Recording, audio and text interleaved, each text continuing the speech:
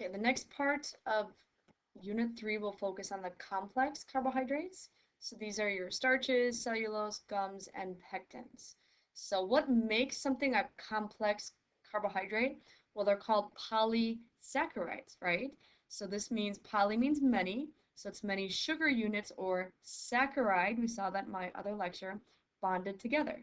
And this is abundant in grains, seeds, nuts, fruits, and vegetables. Okay, so let's take a look at these types, right? Let's start with starch. This is the most abundant in the diet. It's hundreds to thousands of glucose molecules bonded together. That's what starch is. So it's considered a polymer because it's a large molecule of many sugar units or glucose units connected together. Wheat flour is a main source of starch in our diet. It's in baked goods and pasta. It's also in rice, corn, potatoes, oats, rye, like rye bread, soy tapioca, and arrowroot, which is a tropical plant. Now, plants produce starch in granules or packets. It is not soluble in water, and it varies from plant to plant. So like rice would have small granules, but potatoes would have large granules. Okay, so here's our flour, right? But so these are complex carbohydrates. Love carbohydrates. And then here's starch. So it's just glucose upon glucose upon glucose connected together, quite large. Cellulose. This is a polysaccharide made from beta-D-glucose, which is a long way of saying fiber. Okay, so this is a rigid structure in plants.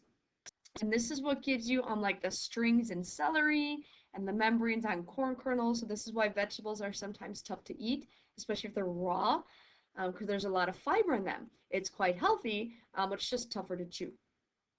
Oops. Okay. All right, carbohydrate gums. This is a polysaccharide that's soluble in water and extracted from plants, but it's really not readily available to the public.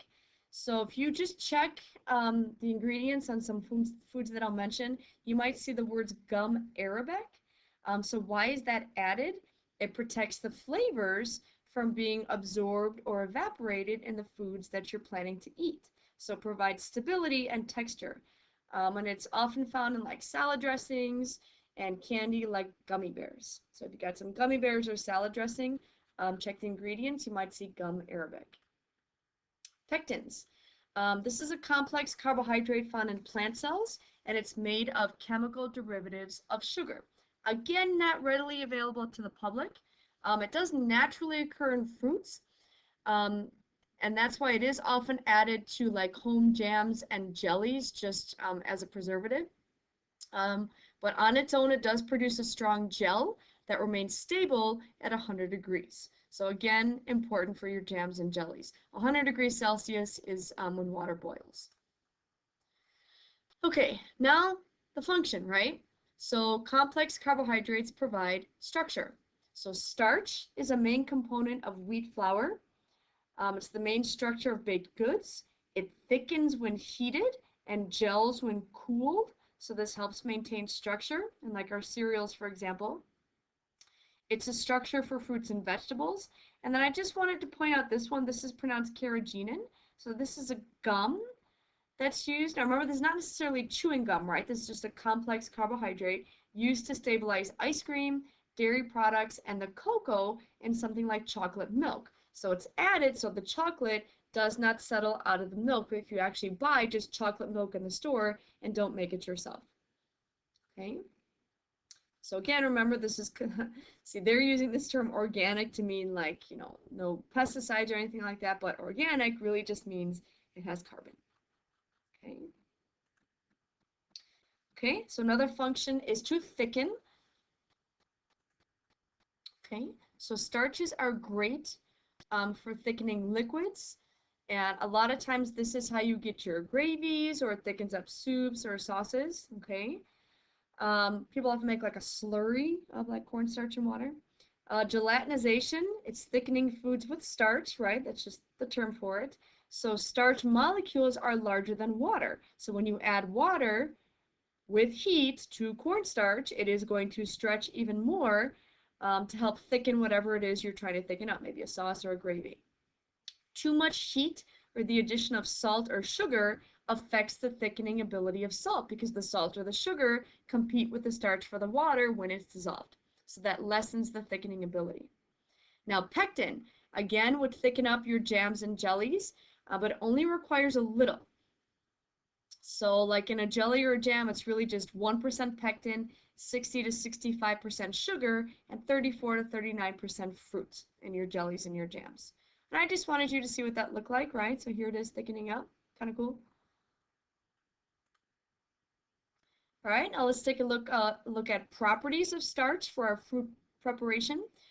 So there's 4 ways to do this. You've got your slurries, which is an uncooked mixture of starch and water. So you've got your processing and the chemical alteration of the starch, right, when you add the water.